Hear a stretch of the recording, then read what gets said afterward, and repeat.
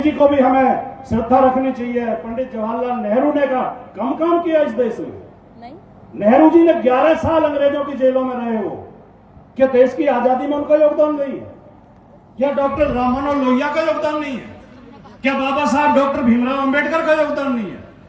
उन्होंने इतनी पढ़ाई लिखाई करके इतना अच्छा संविधान हमें दिया, तो हमें सबके प्रति श्रद्धा रखनी चाहिए और हमें महापुरुषों के नाम पे मतभेद पैदा नहीं करने चाहिए। कुछ लोग महापुरुषों के नाम पे भी लड़ाते हैं, धर्म के नाम पे लड़ाते हैं, जाति के नाम पे लड़ाते हैं, महापुरुषों के नाम पे भी लड़ाते हैं। हमें एक रहना है। प्रोग्राम में हूँ। आखिर में एक बात और कह के कि अगर हम अमेरिका और यूरोप बनना चाहते हैं, कैसे हो सकता? अगर हम अपने देश को अमेरिका और यूरोप जैसा बनाना चाहते हैं, उसकी तरक्की चाहते हैं, तो हमें अपनी सोच और अपना मानसिक स्तर उनके जैसा बनाना पड़ेगा। हम ईरान, इराक, सीरिया, अफगानिस्तान की सोच लेके भारत को अमेरिका और यूरोप नहीं बना सकते। हम कंपटीशन तो उनसे करना चाहते हैं और सोच हमारी इनके जैसी है, जो रोज बम फेंक रहे हैं, जो रोज अपने भाइयों को मार रहे हैं। इन चीजों से हमें ऊपर उठना पड़ेगा। उनकी सोच, अमेरिका की, इंग्लैंड की, यूरोप के देशों की सोच ये है कि एक भारत की हिंदू महिला कमला हैरिस अमेरिका में राष्ट्रपति का चुनाव लड़ सकती है और ऋषि सुनक इंग्लैंड के प्रधानमंत्री हो सकते हैं। ऋषि सुनक कोई लड़ाई लड़के प्रधानमंत्री नहीं बने हैं, किसी को मार के नहीं बने हैं कि उनकी बहादुरी की प्रशंसा करें। उस देश के नागरिकों की प्रशंसा करो कि जिनकी सोच इतनी बड़ी है। उनके लिए कोई मायने नहीं रखता कि ये भारत से आया हुआ आदमी है, ये हिंदू है, ये मुस्लिम है, ये ब्लैक है या व्हाइट है। वो देखते हैं आदमी की योग्यता के। ये ऋषि सुनक एक योग्य आदमी है, तो उन्होंने उस योग्य आदमी को अपने देश का प्रधानमंत्री चुना। तो हमें भी इन छोटी बातों में नहीं पड़ना चाहिए। जब हमारी मानसिकता बदलेगी, हमारी सोच बड़ी होगी, तो हम बड़े होंगे, और जब हम बड़े होंगे तो हमारा देश बड़ा होगा। हम छोटी सोच से देश को आगे नहीं बढ़ा सकते। मैं बहुत ज्यादा न कहते हुए इन्हीं शब्दों के साथ, बहुत विद्वान वक्ता मंच पे बैठे हैं, उन्हें भी बोलना, उनको भी आपको सुनना है। आप सबका बहुत बहुत आभार और धन्यवाद व्यक्त करते हुए कि आपने हमें बुलाया, यहाँ सम्मान दिया, दो बात कहने का मौका दिया। अभी तो मैं बैठूंगा, एक दो वक्ता को सुनूंगा, लेकिन मजबूरी ये है, अब जो मुखिया जी कह गए थे, मजबूरी राजनीतिक लोगों की यही होती है कि हमारे कार्यक्रम था, मैंने तो मना कर दिया था भाइयों से कि मैं आ नहीं पाऊंगा वहाँ कार्यक्रम में। इन्होंने कह के यही बुलाया था कि जल्दी फ्री कर देंगे, तो हम अपने कार्यक्रम में भी शामिल होना, तो थोड़ा जल्दी निकलेंगे, लेकिन अभी तो बैठेंगे। नमस्कार, जय हिंद, जय भारत, जय समाजवाद। क्या खा रही है? बहुत बहुत धन्यवाद माननीय राजकुमार भाटी जी, आपकी तार्किक शक्ति का लोहा पूरा मीडिया और पूरा देश मानता है। हमारे बीच में माननीय कैलाश प्रधान सोपाना से वो आए और मंच पर अपना स्थान ग्रहण करें, और हमारे बीच में पंडित जगदीश, माननीय पंडित जगदीश पंडित जी हमारे बीच में सोपाना वाले, वह जहाँ कहीं भी हो वह आए और मंच पर अपना स्थान ग्रहण करें। और अभी बीच में सूचना आई है कि माननीय अवतार भड़ाना जी, जो कि हमारे समाज के बहुत बड़े कद्दावर नेता हैं और पूर्व सांसद रहे हैं, वो अभी कुछ ही क्षणों में हमारे बीच में पधार रहे हैं। माननीय भगवान दास सेठ जी वह आए और मंच पे अपना स्थान ग्रहण करें। एक आदेश, क्योंकि हमारे मथुरा जनपद के प्रथम नागरिक हैं, जिला पंचायत अध्यक्ष हैं, और मथुरा जनपद की राजनीति में उन्होंने एक ऐसा करिश्मा करके दिखाया जिसकी कोई कल्पना भी नहीं कर रहा था। और आने वाले समय में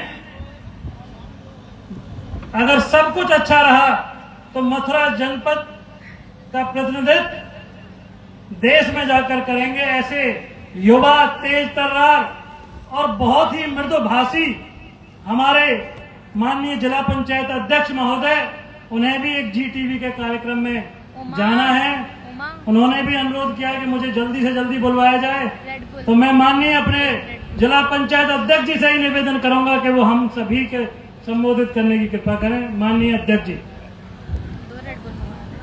गिरिराज महाराज की, पटेल समाज की, आज इस पटेल जी की जयंती के उपलक्ष्य में आयोजित इस सभा की अध्यक्षता कर रहे परम आदरणीय अध्यक्ष जी, मेरे गुरु, जिन्होंने मुझे व्यापार में और राजनीति में यहाँ तक पहुँचाया है, ऐसे श्रद्धेय श्री श्यामसुंदर शर्मा जी, तुम क्या जानो दो बड़े भाई की कीमत। अतुल प्रधान जी, विधायक, यहाँ से क्या हो रहा है? हट रहा है हमारे हट बड़े रहा है, भाई हट गोविंद रहा सिंह है। जी तो लेके आई मैं। और समाज के ज्यादा सभी वो लगा दिया प्रतिष्ठित फेस पाउडर। सम्मानित अरे स्किन भाईगण, वैसे भी नेतागण, चक्कर में ड्राई स्किन हो रही है। सम्मानित मंच और अति सम्मानित सदन, मैं सबके चरणों में वंदन करता हूँ। देखिए, सबसे पहली बात तो यह है कि मैं हूँ जाट जाति से और आप बैठे हैं पटेल जाति से, तो जाट और गुजर तो मौसेरे भाई होते हैं। तो मैं तो अपने भाइयों में बैठा हूँ, तो भाइयों में भाइयों वाली बात करूंगा। गुजरों का गाँव है क्या? पटेल जी की जयंती है और पटेल जी की जयंती के उपलक्ष्य में हम लोग यहाँ इकट्ठे हुए हैं, उनको श्रद्धांजलि देने के लिए उपस्थित हैं। और आप सबके दिल में ये टीस है और आप सब लोग पटेल जी को श्रद्धांजलि मन से देना चाहते हैं, दिल से देना चाहते हैं। तो उनके लिए सच्ची श्रद्धांजलि ये होगी, आपको पता है कि वो बालक बड़ा होने के बाद में बालेस्टर करने के लिए लंदन गया और लंदन जाके बालेस्टर करी और बालेस्टर यानी वकील की पढ़ाई की और वकील की पढ़ाई करने के बाद अहमदाबाद में अपनी प्रैक्टिस की। तो मैं अपने सभी छोटे बड़े भाइयों तथा ताउन से जी अनुरोध करता हूँ कि उनके लिए सच्ची श्रद्धांजलि है तो वो ये है कि हम अपने बच्चों को पटेल बनाने के लिए पढ़ाएं। हमारी समाज में पढ़ाई पे सबसे कम जोर दें, इसलिए आप यहाँ पटेल जी को श्रद्धांजलि देने के लिए आए हैं। तो आप यहाँ पर ये शपथ लेके जाएं कि ज्यादा से ज्यादा हम अपने बच्चों को कैसे पढ़ा सकते हैं। इसको कौन कौन जानता है? जब तक बच्चा पढ़ेगा नहीं, नौकरी जरूरी नहीं है, पर धंधे के लिए भी पढ़ाई जरूरी है। इसलिए सच्ची श्रद्धांजलि है कि हम अपने बच्चों को पढ़ाएं। पटेल जी के जीवन के बारे में मुझसे पहले कई वक्ताओं ने बहुत कुछ बता दिया है, लेकिन थोड़ा बहुत जो मैं जानता हूं वो मैं भी अपने विचार प्रकट करना चाहूंगा।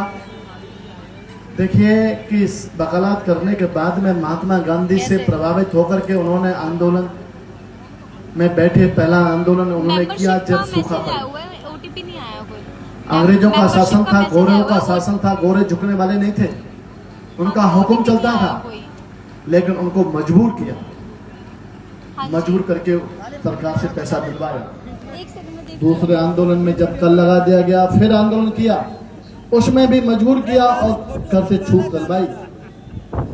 ये तो उनके योगदान की गाथा जितनी बोली जाए उतना कम है, लेकिन उनके दिल में जो टीस थी वो टीस थी कि मेरा देश ये अखंड भारत कैसे बने। अखंड भारत की उनकी बड़ी प्रबल इच्छा थी और उन्होंने ये प्लानिंग थी कि अखंड भारत बनाने के लिए 562 जो रियासतें हैं वो सब इकट्ठी कर दी गई। 3 रियासतें बची थी, जम्मू कश्मीर, जूनागढ़ और हैदराबाद।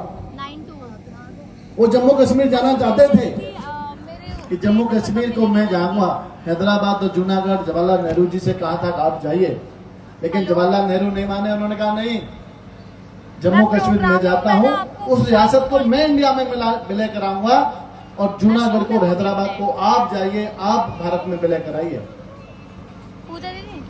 वो नवाब जूनागढ़ का थोड़ा सा उस्ताद बना था, लेकिन उन्होंने अपनी बातों से और हमारे देशवासियों के कारण उसको झुकवा दिया गया।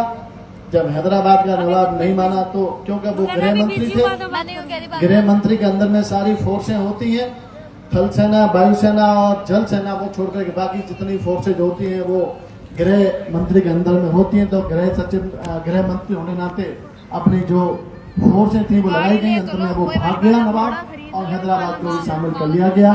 लेकिन उनके दिल में जो टीस थी वो जम्मू कश्मीर की थी। और जवाहरलाल नेहरू जी ने बोल दिया कि ये मुद्दा अंतर्राष्ट्रीय मुद्दा है। जब राजा हरि सिंह चाहता था कैसे भी ये विलय हो, नहीं, इतिहास गवाह है इस चीज का, लेकिन जवाहरलाल नेहरू जी ने बोल दिया। इसके पीछे बहुत बड़ी राजनीति थी। जवाहरलाल नेहरू ने बोल दिया नजरों में आ जाता कि ये अंतर्राष्ट्रीय मुद्दा है, इसको अंतर्राष्ट्रीय मुद्दे में वहीं अंतर्राष्ट्रीय पंचायत में सॉल्व करना होगा। पापा दूर हम होते हैं। बड़ा दुख होता है उसके बारे में जब सोचते हैं, इसके बारे में सोचते हैं। जब पाकिस्तान ने जम्मू कश्मीर पर आक्रमण किया तो 3 दिन तक पटेल साहब सोए नहीं थे। पटेल साहब के अंडर में फौजें नहीं आती थी, वहां पाकिस्तान